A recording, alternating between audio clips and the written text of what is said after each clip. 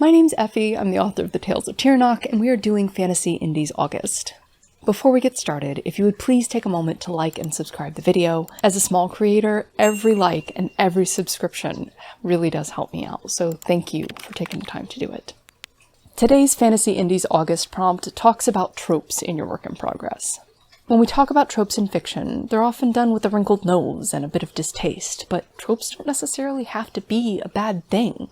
They're tried and true story elements that we see over and over because they work. And sure, they can be cliched and predictable, but they don't have to be. So let's talk about some of the tropes that you'll see in the Tales of Tyrannoch stories. The first trope is the secret heir, except it's not really a secret.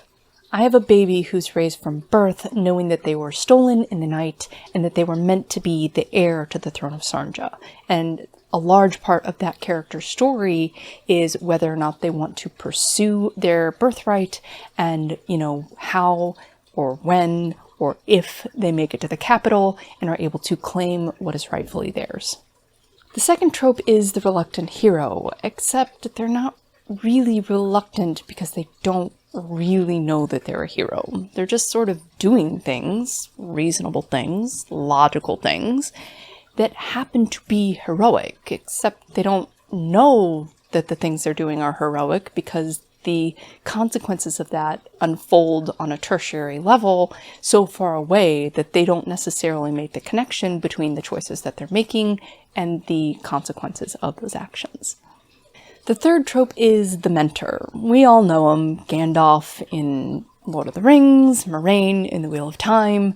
They're old, they're magical, they usually wander off before the main character goes against the big bad and we hit the climax of the story. So yeah, I have a mentor in my books, except for he's not old and he's not magical and he doesn't wander off.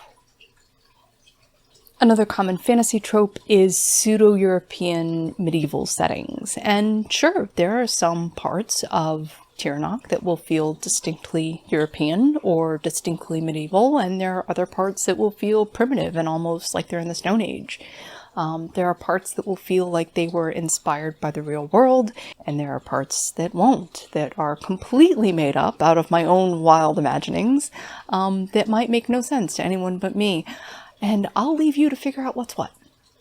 Another common fantasy trope is powerful artifacts, like the ring in The Lord of the Rings. And yeah, Tyrannoch has a powerful artifact, just the one. We actually see it made in the creation of witches, and it is part of how magic is introduced to the world.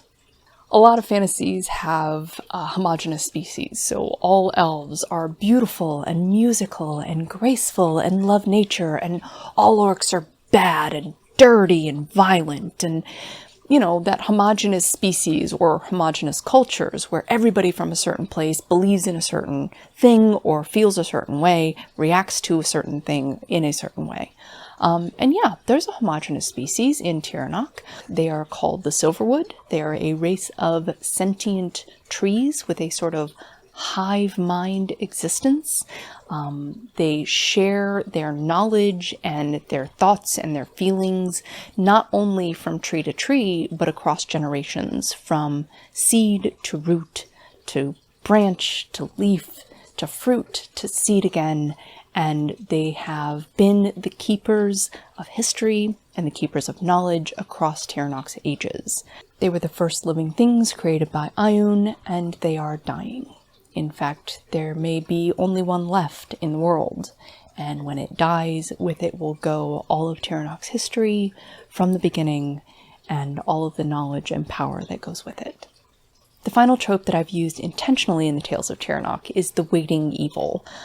There is a waiting, lurking evil buried in the depths of Tyrannoch's world. It's part of their folklore, it's part of their legends, it's part of their mythology, and by the time people realize what's going on, it is far, far too late.